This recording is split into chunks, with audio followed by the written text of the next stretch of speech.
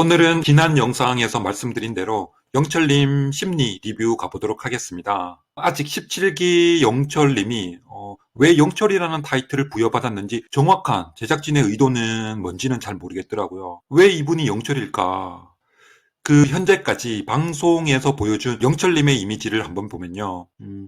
우선 방송에선 많이 나오진 않았지만 영철님이 여러 사람들과 같이 있을 때는 재미있는 사람인가 보더라고요. 순자님도 영철님이 재밌다. 그리고 영숙님도 2대1 데이트 때 영철님은 1대1일 때와 여러 사람이 같이 있을 때 모습이 다르다라고 하는 걸 보면 확실히 방송에선 다 보여주진 않았지만 여러 사람들 앞에서 영철님의 엉뚱한 모습들이 재미있는 캐릭터로 인식되고 있지 않나 그런 생각이 듭니다. 그리고 1대1 대화에서 보여지는 영철님은 눈치가 없고 너무 진중한 모습들만 보여줘서 재미가 없다. 그래서 매력이 확 반감되는 부분도 있더라고요. 또 누가 봐도 평소 여자를 잘 못 만나본 사람이다라는 게 너무 티가 많이 납니다. 모쏠의 전형적인 행동 패턴들을 많이 보여주는데요. 혼자 과대 해석하는 모습이나 여자와 단둘이 있는 공간에서 안절부절 못하는 모습이나 왜 이번 옥수님과의 데이트 때도 차를 타자마자 로봇의 빙의가 된 것처럼 인간 내비게이터가 돼버리잖아요. 차 안에 둘만 남겨지자 바로 낯설어하고 눈에 초점이 흔들리고 시선을 어디에 둬야 할지 모르고 그리고 둘만 있는 그 어색한 공기 그 분위기에 이 사람이 지금 긴장하고 적응하지 못하고 있구나라는 게 딱 봐도 보인다라는 겁니다. 만약 그 상황이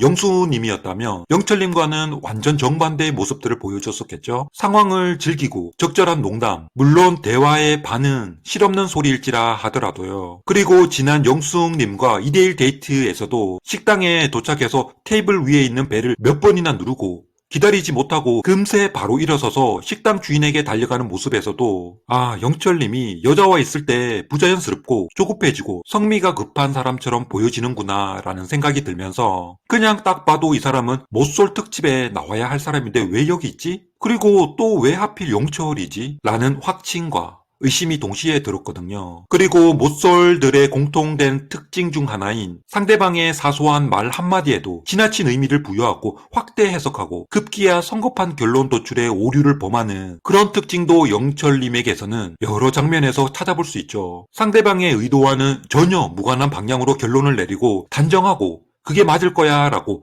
혼자 확신하는 거죠. 특히 영철님 같이 연애를 무슨 책으로 배웠을 것 같은 사람들에게는 실전이 당연히 약할 수밖에 없는 거겠죠. 실전에서는 항상 상대방의 생각, 감정 변화와 표정, 제스처, 그리고 그 상황과 분위기, 대화의 주제와 흐름에 집중해야 하는데 그런 스킬들에 익숙하지 않다 보니 본인 의도와는 다르게 엉뚱한 말들이 튀어나오고 헛다리 짚는 대화의 포인트들, 즉 대화의 맥을 읽지 못하고 있다는 겁니다. 그렇다 보니 어떤 상황이 발생하냐 하면요. 상대방이 본인에게 해줬으면 하는 말들이나 상대방이 해줬으면 하고 기대하는 행동들을 상대방의 의중과는 무관하게 자기 스스로에게 이입하고 투영을 해서 마치 본인이 그 말과 행동들을 대신하고 있다는 겁니다. 그러니 누가 보면 혼자 왜 저래? 혼자 김치국 먹고 있나? 상대방은 떡줄 사람 생각도 안 하고 있는데 혼자 왜 저런 말을 하고 있지? 라는 생각들을 하게 되는 겁니다. 그런 부분들에 더해서 영철님의 성향도 한몫하는 게 영철님이 평소 어떤 상황을 분석하고 관찰하는 걸 좋아하잖아요. 물론 이 부분은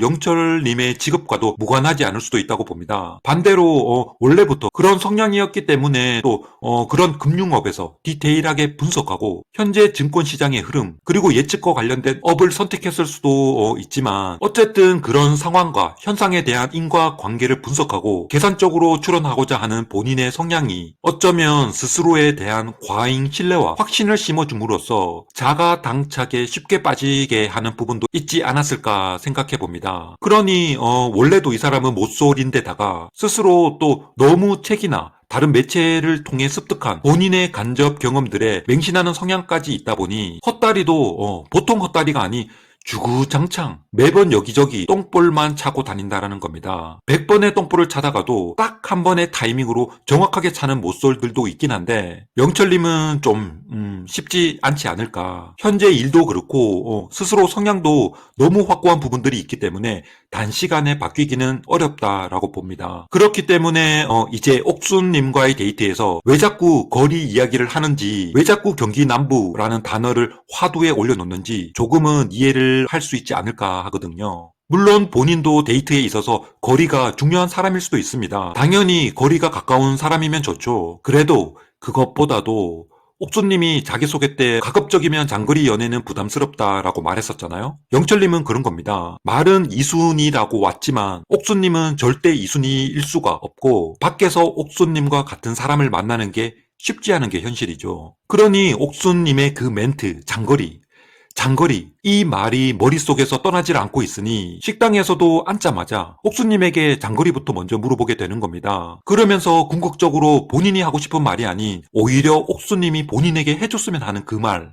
전 장거리 문제 없어요. 성북구에서 세종까지 2시간밖에 안 걸리네요. 그게 문제가 되나요? 그래서 전 경기 남부만 고집하는 게 아니에요. 결국엔 이런 말들을 듣고 싶었다라는 겁니다. 마치 옥수님이 나한테 그 말을 하고 있다라는 본인의 착각 속에 본인의 생각을 상대방에게 투사하고 있다 보니 상대는 생각도 안 하고 있는 걸 본인 혼자 김칫국 마시듯 그 말을 지속적으로 강박증 있는 사람처럼 계속 내뱉고 있다라는 겁니다. 정작 옥수님은 관심 1도 없는데 말이죠.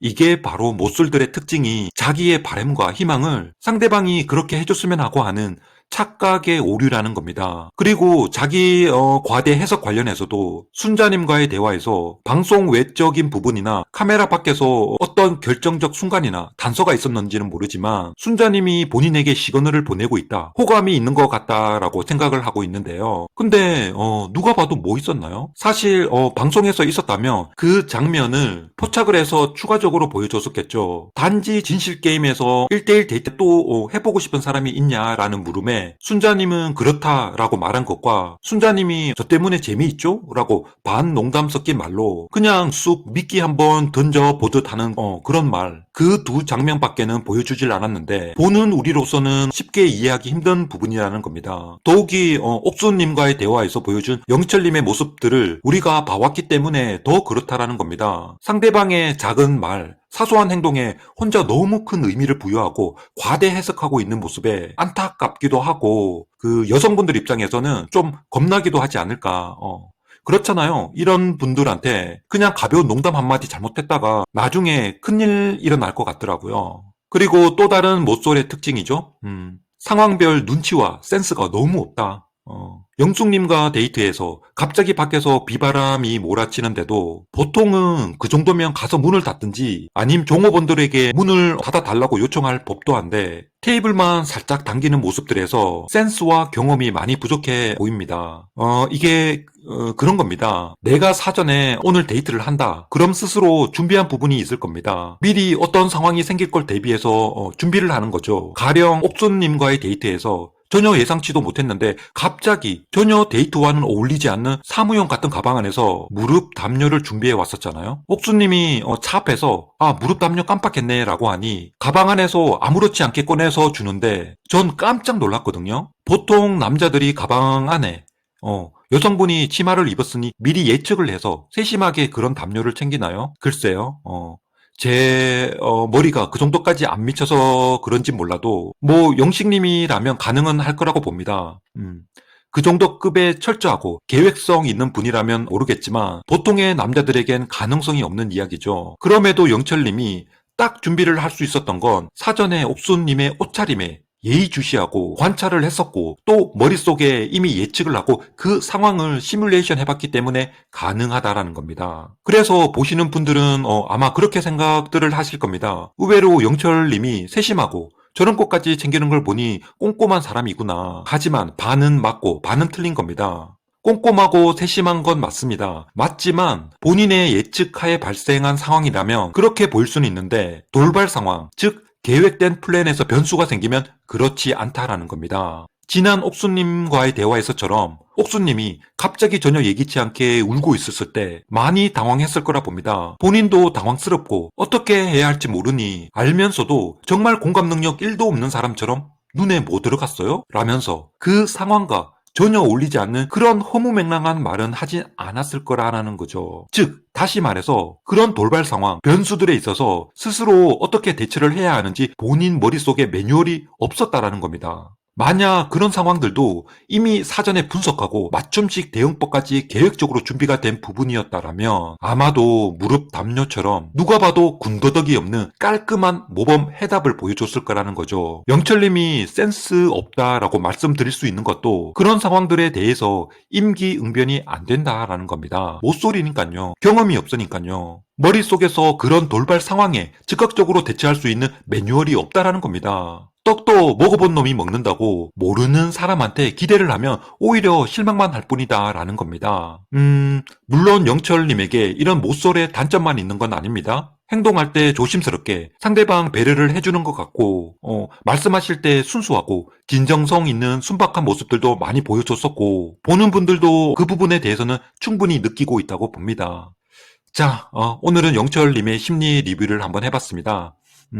영상 끝까지 시청해 주셔서 감사드리고 전 다음 영상에서 뵙도록 하겠습니다. 감사합니다.